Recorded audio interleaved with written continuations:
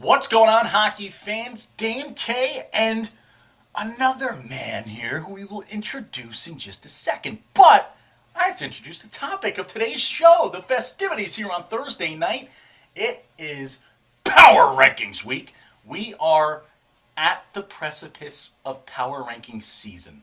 This is where Lucas and I throw everything aside and we don't just power rank teams, we try to predict the national champion with said power rankings. And I introduce in now my right-hand man, my consigliere, mon frere from another mayor, Lucas Jones, into the booth. Lucas, Power Rankings Week.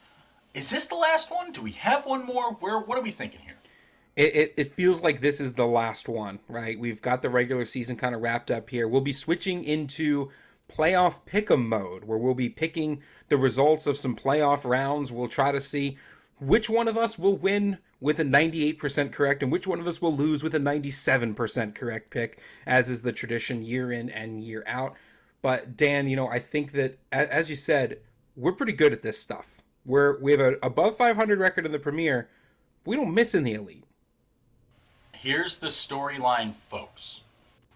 9 consecutive years, our elite power rankings have predicted the national champion. The team ranked in this week's power ranking as number 1, according to history, has already won the national championship. So that is how important this ranking is. The question is this: will Carolina remain at the top for a record-setting 20th consecutive power ranking, or will someone unseat them because we think they'll win the national championship? You'll have to watch.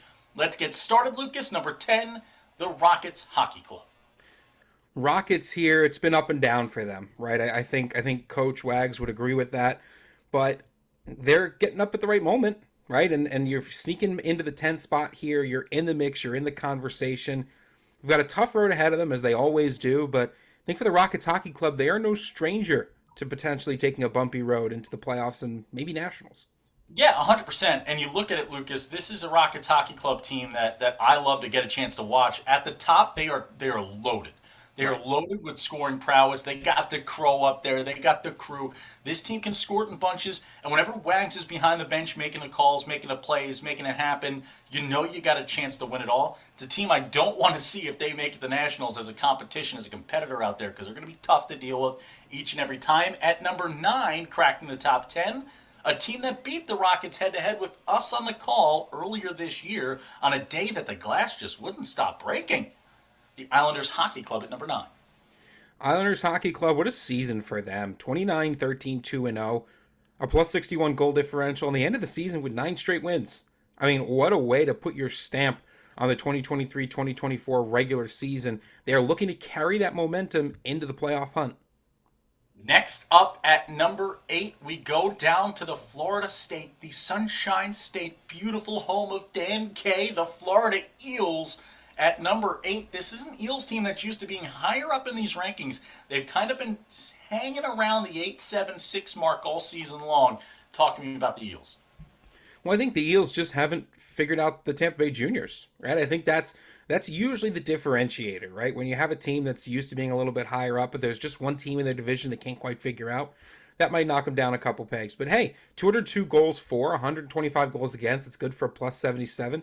This is a solid year for the Florida Eels.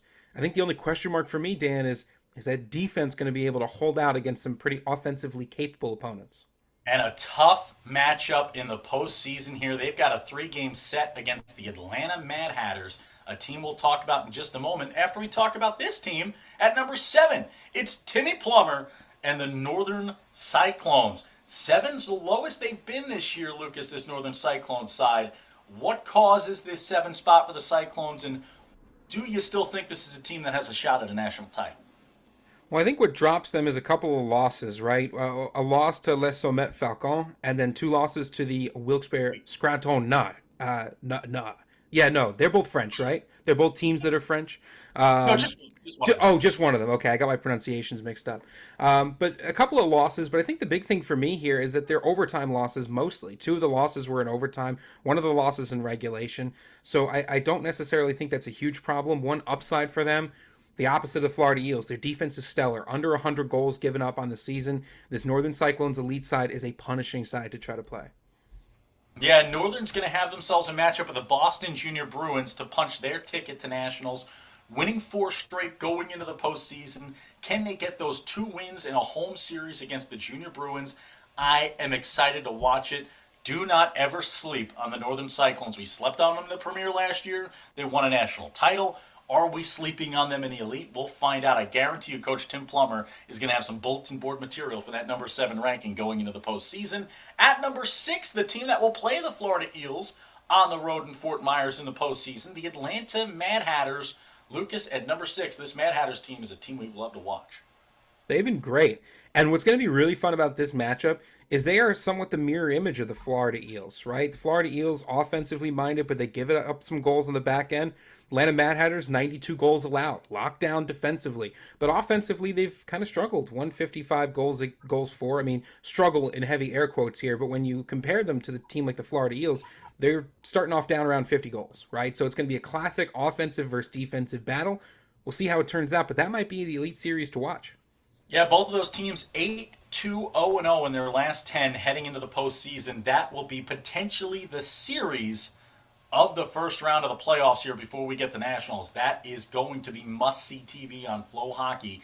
At number 5, Lucas, the Charlotte Rush. This Rush side led into it by Coach Klex with Coach Trevor Jewell on the bench, the dueling Trevors back there. Do not ever sleep on Charlotte. I know they're a 3 seed going to this postseason. I know they've had their troubles with Potomac and Carolina at times this year, but I never sleep on a Charlotte Rush team in postseason hockey. Now, there's something about the Charlotte Rush, right? When they get into playoff mode, they just kind of enter a different gear sometimes, and we've seen offensive teams that all of a sudden become 1-0 grind out stars. We've seen teams with, rely on their phenomenal defense, rush teams that rely on defense, and then go out and score 7 or 8, right? They just become this different force, bit of a same beast, different animal when it comes time to postseason. Yeah, 2-0 heading into the postseason. They're a plus 88 goal differential. They have 199 goals scored in 42 games played, a 63-point season for them. Anybody's ball game, they'll be matched up with a tough Potomac Patriots side. We just talked about Atlanta against Florida might be the series of the postseason. I think Potomac and Charlotte have something to say about that, Luke, because they are going to be crazy to watch in a few days here on Flow Sports as well. At number 4, the Wilkes Wagon. The highest ranking they've had all year, and they wait till the final power rankings to do it. Yeah, it feels like they're trying to sneak one by us a little bit. They tried to kind of pass us in the right lane for all you Jersey folks out there. That's the low flying maneuver. But I think for Wilkes-Barre, I mean, look, they have put it together at the right time. They've got their struggles defensively. They've had their struggles offensively. They've played a lot of tight hockey games, but 10-0 in their last 10. Can't argue with that. 10-0 in their last 10. Crazy to be 28-15, 0-1, and only have a plus 27 goal differential. Yeah. They're playing, you just said, a lot of close hockey games. Be careful. Be careful. Dan Kay might be putting the upset alert siren on in that series between Wilkes and Jim Raymond and his Jersey Hitmen. I know the Hitmen 18-22, 2-0. Not the greatest season in their elite team's history. Jim Raymond's had much better, but he is a stalwart. He is a guy that makes it the Nationals almost every year, it feels like. Do not sleep on the Jersey Hitmen in the postseason taking on Wilkes. That'll be a fun series to watch. And number 3, the team that'll play Charlotte, it's the Potomac Patriots. This has been an offensive juggernaut all season long, and they made some big additions on the back end. Potomac is just a scary team to try to play, right? They have been all season at both levels of the game. A team with a phenomenal offense, team with a great defense, are plus 118 goal differential in the season. 8-2-0 in their last 10, so they're bringing in some momentum. They're only 2 losses to a Junior Canes team that sits at the top of that division.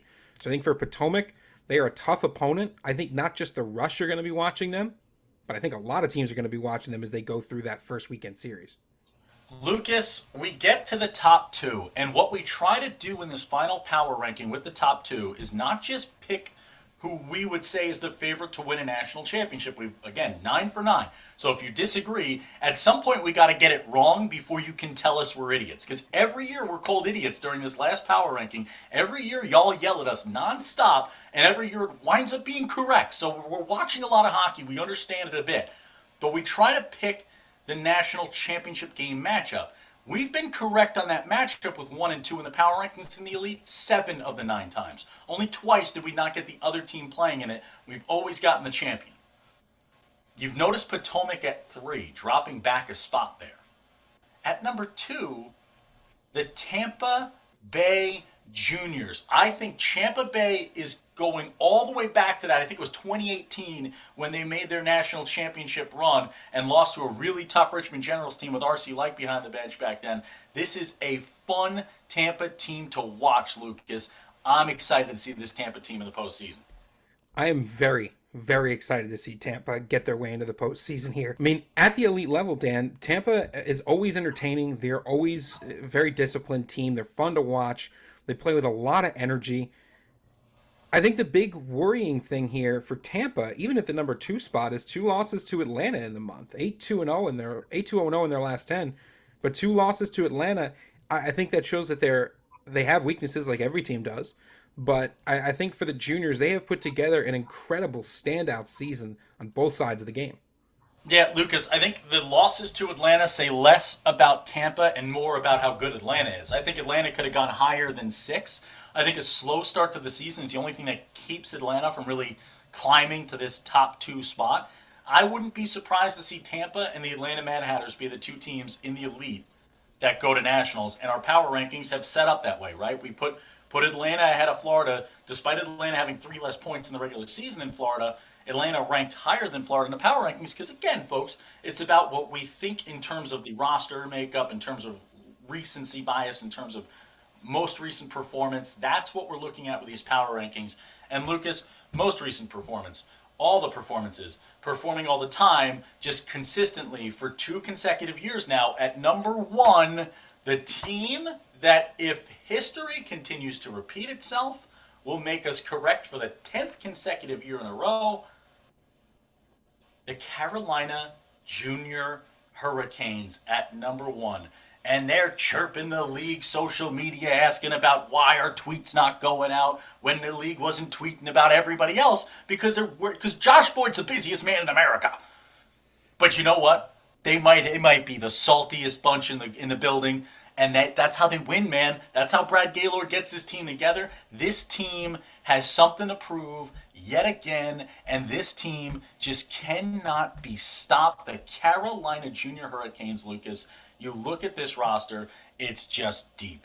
Every player can win it for you every single night. 37-5-0-0, 74 points on the year. They only lost 5 times all season. A plus 116 goal differential. This team is a monster, and I would not want anything to do with playing them under any situation ever. You're giving up less than 2 goals a game. So if you get one, that's it. Right? That's what the averages would tell you, that you're going to have to win 1-0 or 2-1 if you've got a shot at beating this Carolina Junior Canes team. And as much as we talk about a lot of these teams being competitive, the Southeast is generally regarded as being a very offensively minded division, right? So when you look at a 68 goals allowed over the course of a season in the Southeast Division, in the showcases that Carolina plays in, that's a scary defense, scary net minding. And part of that defense is forwards who carry the puck 200 feet away from their own net, right? They battle for pucks. They hold on to pucks. They go into the corners. They're possession-minded. Their passing is crisp. I don't think there's a single flaw, really, in this Carolina Junior Canes system. There isn't, Lucas. This team is that good. And if I'm a scout, like, I'm watching Carolina Elite. I mean, the depth on this team, the leadership in that locker room, it's a great group of kids. It's a great group of families we get a chance to see. We got a chance to see them at the Carolina Cup game. Like, you talk about how much they care. Like, we joke around about them being salty because they talk about last year they were saying they were underrated when they were number 1 in the country, right? And you got the great Brian Linzer back there who's always chirping us about his squad and how much he loves his guys, right? And we love it. And it's so fun to watch. It's fun to watch greatness, right? You're getting a chance to see it. But what Brad Gaylord's built there, man, he might be Big Red. He might be Andy Reid right now, building like a dynasty like the Kansas City Chiefs have. But I will tell you this. I want to give everyone one stat to remember heading into the postseason.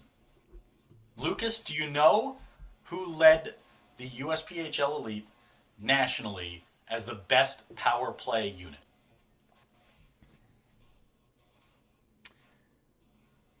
I would probably say, I would get out of two guesses, I would probably say either the Charlotte Rush or the Junior Canes. Nope. The Tampa Ooh, Bay Juniors at interesting. 24.5% success rate. Lucas, do you know who had the best penalty kill unit in the league? Carolina Junior Canes. No. The Ooh. Tampa Bay Juniors at 91.6% penalty kill I have percentage. sold on the Tampa Bay Juniors in this surprise game that I didn't know was happening. But what I wanted to point out with that is, as much as we have been right and on the nose with Carolina, as much as Carolina has been 20 consecutive times the number one team in the elite power rankings of the Dan Kane Show, do not fall asleep on this Tampa side. When you get to the postseason, the importance of killing penalties, scoring on the opportunities you get on the power play, and staying out of the box. The importance of those three things. Tampa does it better than everyone in the country on both sides of the ice. That is a difference maker. What a postseason we have in store for you, and what a premier power ranking we have in store for you. In just a moment, we run back through that top 10 real quick. Carolina at number one yet again. They have not relinquished that spot for 2 consecutive years. The Tampa Bay Juniors at number 2, the Potomac Patriots at 3, the Wilkes Wagon at 4, the Rush at 5, Atlanta at 6, the Clones rolling at 7, the Florida Eels at 8, IHC at 9, and the Rockets Hockey Club at 10. Your first two out this month, Metro and PAL. PAL and Metro just outside that top 10. You may see both of those teams at Nationals as well. We'll see you at the Premier Power Rankings in just a minute.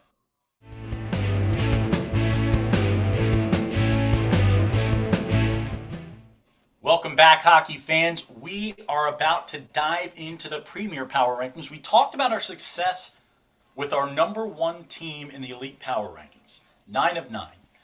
On the side of the Premier, 6 of 9 lifetime. Last season, a swing and a miss for the Dan K Show for the third time ever, and for the second time out of 3 years.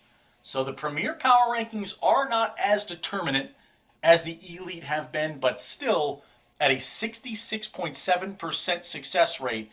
2 out of 3 ain't bad, I'll tell you that much. We're looking pretty good in it. We'll see how we go. Let's get into it. Top 25 to go. Lucas, we put up on the board our 25 through 21. You can see right here, Elmira at the 25 spot, Hershey 24, MJDP 23, PAL at 22, and Vegas at 21 after a big weekend for them to close out the season. The biggest storyline, Lucas, I got to talk about is just outside the top 25 first, the Rockets Hockey Club.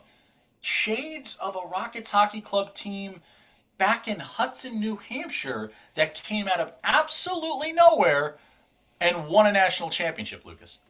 Yeah, I mean the Rockets that season made a couple of late season adjustments, right? Bringing in some extra talent, from outside of the known talent pool, and trying to find some ways to win hockey games, and it's something that I think we've seen them do again here, right? They're bringing in these new players and some extra guys, and it changes the makeup of a team. That's why we do these power rankings so often, right? Because teams in junior hockey can change so often, and here it's changing in the latter half of the season, getting ready for nationals. Yeah, and be careful with this Rockets team. I will tell you this. When that Rockets team won a title, they upset a Mike Stanaway coached New York Aviator team that I felt was the best one he had assembled of all time. This year, he's assembled a Connecticut team we will talk about in a bit that might be the best one he's ever put together. And he could see the Rockets Hockey Club in a winner-go-home series of the second round of the Atlantic Division playoffs. Let's not count chickens before they hatch, but that could be a very possible outcome for those two teams. They may see each other yet again. But Elmira, Hershey, MJDP, PAL, Vegas. Lucas, do you have a team in this 5 that you want to talk about? I want to talk about Elmira. I mean, what a job the Elmira Impact have done this season. Plus 39 goal differential, 5-4-1-0 in their last 10. But they've got 53 points in the season, 23-14-5-2. I think this Impact team has really been this very blue collar squad. They have worked for every win. They have dominated. They have battled. I love watching these games. I love getting to see what they do on social media. They are a fantastic organization. Happy to see them here in the top 25. You love to see it. How about Hershey as well? The Hershey Cubs, Lucas. Bruce Boudreau was on the ice with the boys. I got to imagine that's like a master class. Like you get a chance all of a sudden to have Bruce back there on the ice skating with the boys, talking about you, getting you ready for the postseason. Hershey's got some great coaching the staff back there, man. They got Brady coaching, they got Thompson, they got the great Bruce on the bench. Like it's going to be an exciting postseason in Hershey as well. Let's go to the next five here, Lucas. 16 through 20. At 20, the Minnesota Blue Hawks. The Squatch at 19. Squatch out. The Fort Wayne Spacemen. Major Tom to goal control. Toledo Cherokee, and then the Nashville Spartans, Lucas. Where do you want to go with these five? Well, for me, Dan, I think I'm going to go with the Toledo Cherokee right here for a little bit. Not only making great hats that fit my giant head, but really battling in a Great Lakes division, which this year, is featuring three teams at the top, right? You've got Metro, Nashville, and Toledo that have been battling all season long. It's been a weird season for Toledo. I think they would even acknowledge that as well. Huge goal numbers, right? Really great defensive numbers. And then some games, you just don't know which Cherokee side you are going to get. I think that's why their number has been a little bit lower than it has in past seasons. But, I mean, Coach Kenny Miller and the coaching staff there would acknowledge that playoff time is really all that matters. You just got to get yourself in the mix, and then you win a bunch of hockey games from there. Yeah, and that Toledo Nashville series, you talk about, hey, these seems pretty far back for Toledo and Nashville historically, 16 and 17. To me, I feel like it's been a long time since Nashville's played in a game where they were tested, right? I think Right. that's the trouble for Nashville. I think some strength of schedule can sometimes, when you don't have the ability to show it off, it's tough to get moved up in the power rankings. And the same thing on the Toledo side, that big win against Metro kind of keeps them up here at the 17. They were starting to fall back for a bit. They were Yep. losing 5-2 to Metro, 5-2 to Metro, 5-2 to Metro because 5-2, we thought we were stuck in that forever. They finally got us out of it. They finally got us out of the 5-2 curse from the Coney Cup. But watch out for that series. I could see Toledo going on the road and coming out of nowhere and punching a ticket back to Nationals. Fort Wayne Spacemen at 18, Lucas. This is a team. They've had a lot of big wins this year. They've had some head scratchers once in a while, but I just love Kaylee Schrock so much, so much. Like this guy is just. How could you not want to play for a coach like the Schrock Star? Like this guy just gets it done. Schrock socks. He's giving me socks as a gift all the time.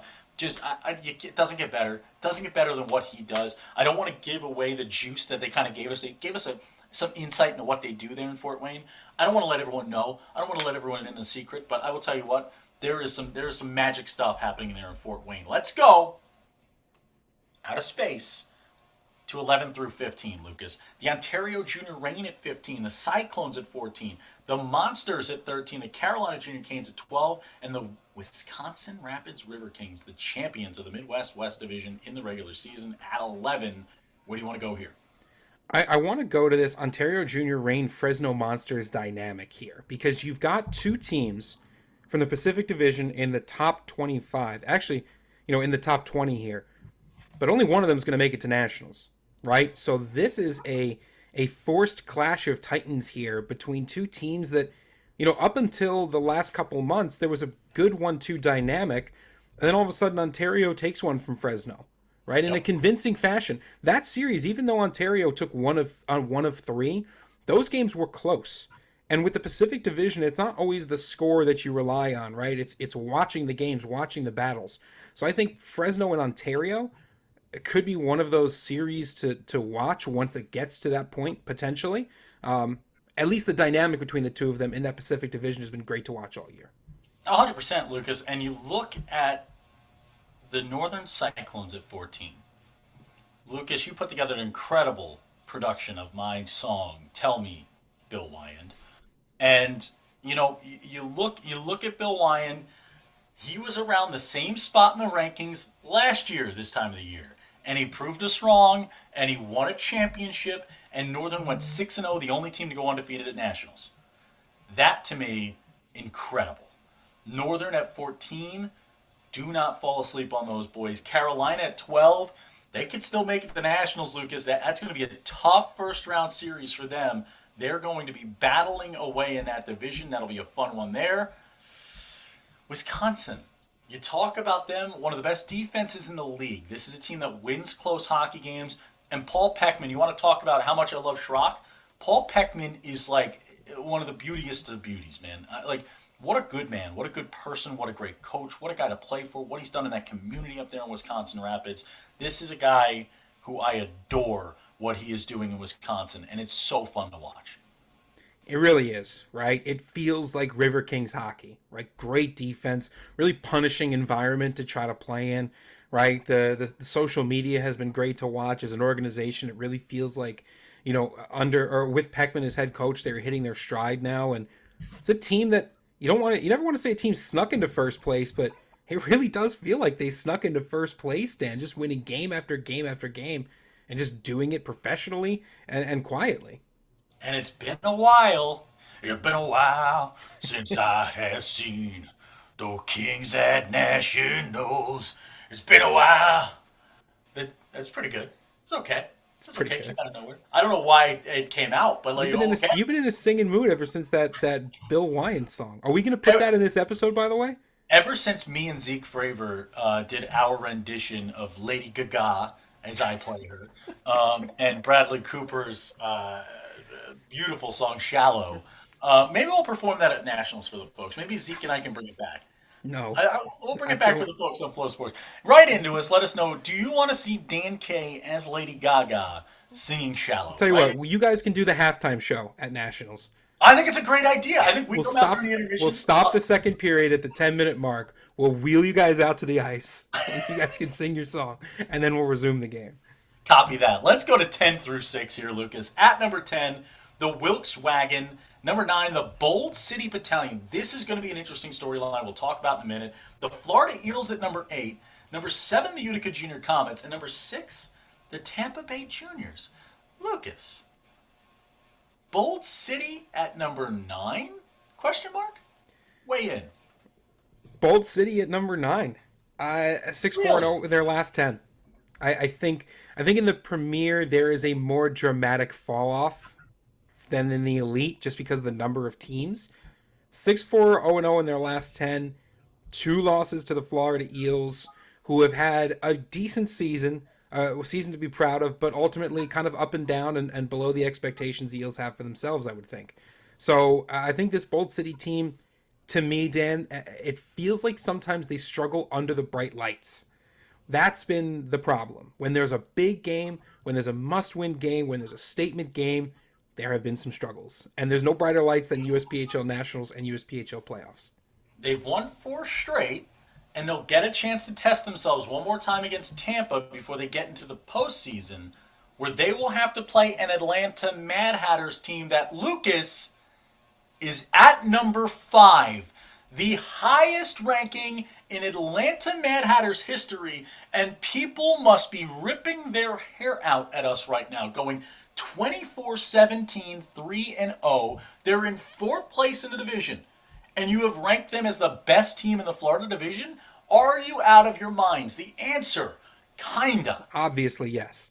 +4 goal differential, Lucas. They played a lot of close hockey games, but of late, 7-3-0-0 in their last 10.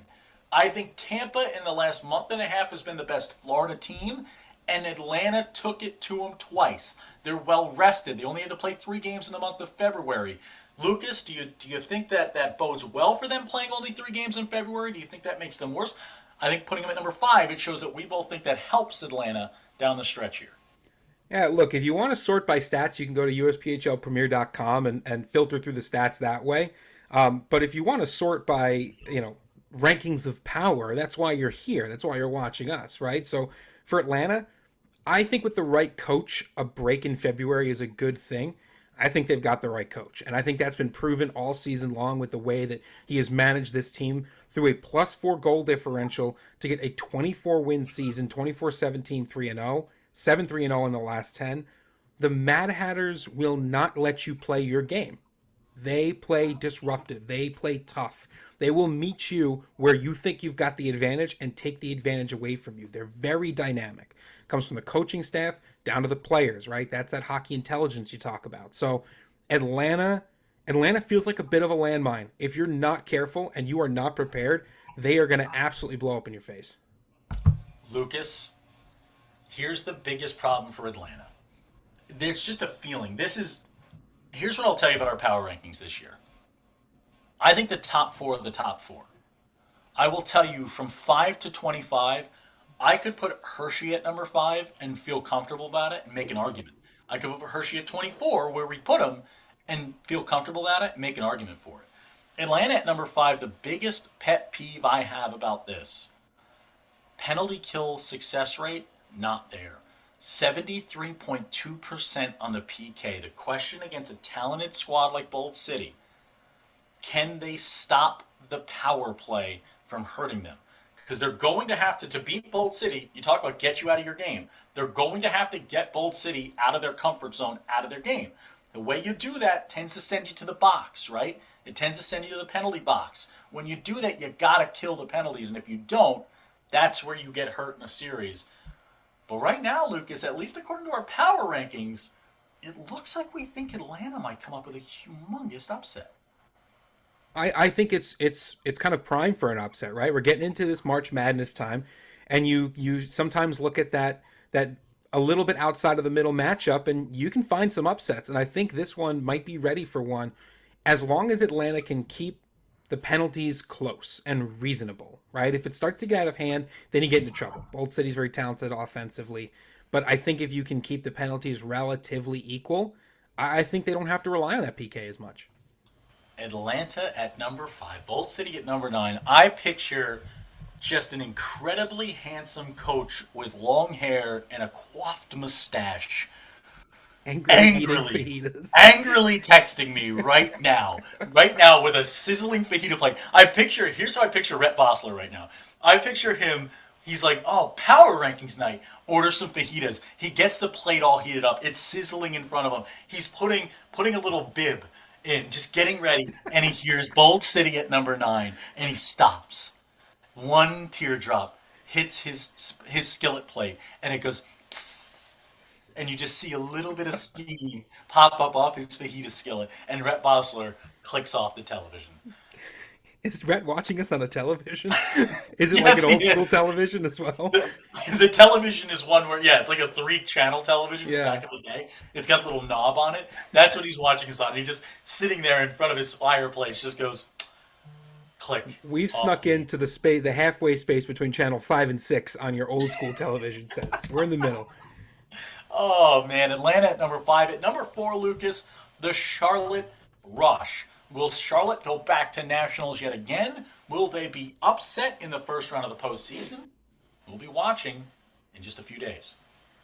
Yeah, what a season the Rush have had at the premier level. 35-5-1-1. The only team that, I mean, they've had some trouble with, a couple of teams, but again, we're using trouble very loosely here. When you talk about a team that's put together 72 points in a 44 game season, it just feels like this is a team that hasn't had much trouble, right? So you really have to go searching for it. I love the offense. I love the defense. I like the way they play the game. And again, we talked about in the Elite, the Rush hit a different gear when it comes time for playoffs. They sometimes tend to work the puck really well in both directions, right? Kind of like how a phone works both ways. The Rush offense and defense kind of work both ways here. And Lucas, you look at it, 30.2% success rate in a power play in that Southeast Division is stupid good. The biggest problem Charlotte has had at the premier level the last few years has been special teams, scoring on special teams specifically. They've been great on the PK every single year. Scoring on special teams has not been at the number that they wanted it. This year, 58 power play goals scored on 192 opportunities. That is a 30.2% success rate, tied with Fresno for second overall nationally. There's only one team ahead of them in power play success, and we'll talk about them in a few moments here. At number 3, this is where it gets big. What does Dan K and Lucas think the national championship matchup's going to be? Because remember, we put 1 and 2 is what we're saying we believe, if we were odds makers, would be the odds-on favorite matchup for a Nationals title. So who's just on the outside of it? The Potomac Patriots from the Southeast Division, Lucas, at number 3. Well, we joked that now that Potomac has lost a game, unfortunately, they will now be ranked 45th in our power rankings. That's how being number 1 works. The Patriots were on top of things for a very long time. They still are number 3, and it's largely on the back of their offense, right? At 255 goals for, that's an absurd number. That's an absurd amount of goals to score in the Southeast Division, right? Especially when you look at a Charlotte Rush side that's only given up 89 goals. So a Yep. division that is defensively powerful, you're scoring a ton, right? So obviously Potomac can score, but can they play defense now? Right? That's the big looming question. Their defense has been played by their offense handling the puck decisively in the other zone. When you meet another Potomac, where they're driving the puck into the corner and getting behind your net and battling for every position, can the defense fire back? We'll wait and see. Yeah, I don't think they're going to have a problem getting out of the Southeast playoffs. I think this year Potomac is getting the Nationals. I think they're Right. punching it like at the Natties. 25.4% success rate in the power play. The funny thing is this. The storyline for me was going to be how their power play has fallen off from the beginning of the year. It felt like every time they were on the power play, they scored a goal. I was like, oh, it fell off. And then I looked at the numbers, and it's like they're still scoring one out of every four times they're on the power play. Like, that's still incredible. It's an incredible clip. 82.4% penalty kill rate. You'd like to see it a little higher at this level with how good of a team they have been. But right now, they're doing enough. They're sitting there at number 3, a tough Potomac team. At number 2 and number 1. We are going to be controversial here, and we're going to frustrate many. We're going to make people frustrated. I talked to my boy the Sturge, and he goes, "You're not going to do it. You better not do it. You better not do what I think you're going to do, Dan." Guess what? We did it. Metro Jets at number 2. Lucas? Metro Jets at number 2. For Metro, you do have a loss to Toledo in overtime, right? So you look at statistically that being a reason there. What an incredible season for Metro. I mean, in their last 30, 28-0-1 and 1. But I think them being in number 2 is not a function of them, it's a function of the team that's ahead of them. So for this Metro side, they are an unstoppable juggernaut, right? They have beaten teams from all over the country. They've gone to the most showcases out of any team in the USPHL. They've won those games. They've dominated teams north, south, east, and west. Metro is a huge contender for a title. It feels like the last couple of years their storyline has been just not good enough. This year, I think they're back with a vengeance, and no one will ever tell you, oh, we've got a chip on our shoulder. But I think they do. And I think they're proving that that exists by the way that they're handling the season. 17.4% success rate on the power play is not up to Metro standards. Right. That's something that moved them back. It moved them out of that spot where we're picking them as a national champion. If they have a great power play performance at nationals in the tournament, getting themselves to nationals, then sure, I think that they're the number 1 team in the country. I think roster-wise, up until that trade deadline, I thought they were the best roster in the country. But we look at number 1, and you want to talk about a team that just set the record today for the most regular season, the best regular season in Premier history. 33.6% success rate on the power play. They're killing penalties at an 86.5% success rate. In overtime this year, they are undefeated. So they're winning the close games. They're winning the games where they're putting up 2 touchdowns. They're blowing teams out. They're winning defensive slugfest. They're getting net minding. They're doing everything just a bit better than everyone else. And by the time they get the Nationals, they might be on a 34-game winning streak. It's Mike Stanaway. It's the Connecticut Junior Rangers. And for the first time in Connecticut Junior Ranger history, at any level of this great league, they are number 1 in the power rankings. Well, that's the Stanaway effect for you. I mean, you look at a team that just does the job. Every single game, no matter the opponent, they win the games. The best 44-game season, points, record, a historic season, I think, in the USPHL Premier. And for Connecticut, now they have to translate it. They've got to get out of their own playoffs, which we talked about at the very beginning of this premiere. You might have to see a Rocket side that's added a lot of talent, looking similar to a team that handed Mike Stanaway a regional playoff loss a couple years ago. But I think if Connecticut can make it to nationals, they're going to get a chance to put that style on the national stage. It's going to be fun to watch. Adding Aiden Kennedy, adding Bowden, adding Hazy, like this is This is a team I am just terrified to take the ice against. Like, we've always talked about Mike Stanaway as like the greatest show on turf of hockey, right? The greatest show on ice. We've always talked about, oh yeah, it's fun. It's like the way he does this is different than anybody else. He'll go 6-on-3 on a 5-on-3. He'll pull the goalie. Like, he'll do these video game style things in his game. He's got defensemen with 100 plus points. Like, we've always talked about him, and like the word gimmick is a terrible word to use, right? And it's a word that like it's like, oh man, it's like it's so different. This ain't a gimmick with Mike Stanaway. What Mike Stanaway does is absolute genius work. Okay, this guy is putting together a talk about masterclass. Talked about with Bruce behind the bench. This guy's putting on a masterclass of junior hockey coaching the last couple of years. This guy is scoring more goals than anybody else, and now he's getting the defense, and he's just adding to this squad. I think Connecticut, if I had to pick today, is winning it all. And I'm happy that we don't go back to the Aviators back in 2018 when they overheard me saying that if the Blue Ox won the national championship, I'd get an ox tattoo. And if the Aviators won, they said, well, we want you to get an Aviator tattoo too. So I had to secretly, in my head, be like, oh, please, hopefully neither of them win. I don't want to get this tattoo, although it would be great for the show and content. This year, I'm not putting a tattoo on the line just because it's going to be so fun to watch. I don't want to have to be thinking about a tattoo in the back of my head about the Connecticut Junior Rangers. But Lucas, what a season for Connecticut. It really has been incredible. Watching them play game in and game out, like I said, against a variety of opponents, they just do the job. They take the lead, they don't give it back. Right? They've got 3 losses on the season. But they've got 3 losses on the entire season. They've won every overtime game they've gone into. They are a team that handles business. And they're a team that could be pretty well equipped to make a big Nationals run. Congratulations to Coach Stanaway. Well-deserved, hard-earned. Connecticut Junior Rangers at number 1. At number 2, the Metro Jets. So that ain't case Joe's telling you, we think it's going to be Metro versus Connecticut for the title potentially come Nationals time. Keep an eye on that one. At number 3, the Potomac Patriots. Number 4, the Charlotte Rush. Number 5, the Atlanta Mad Hatters. At number 6, the Tampa Bay Juniors. Number 7, the Utica Junior Comets. At number 8, the Florida Eels. Number 9, the Bold City Battalion. One tier.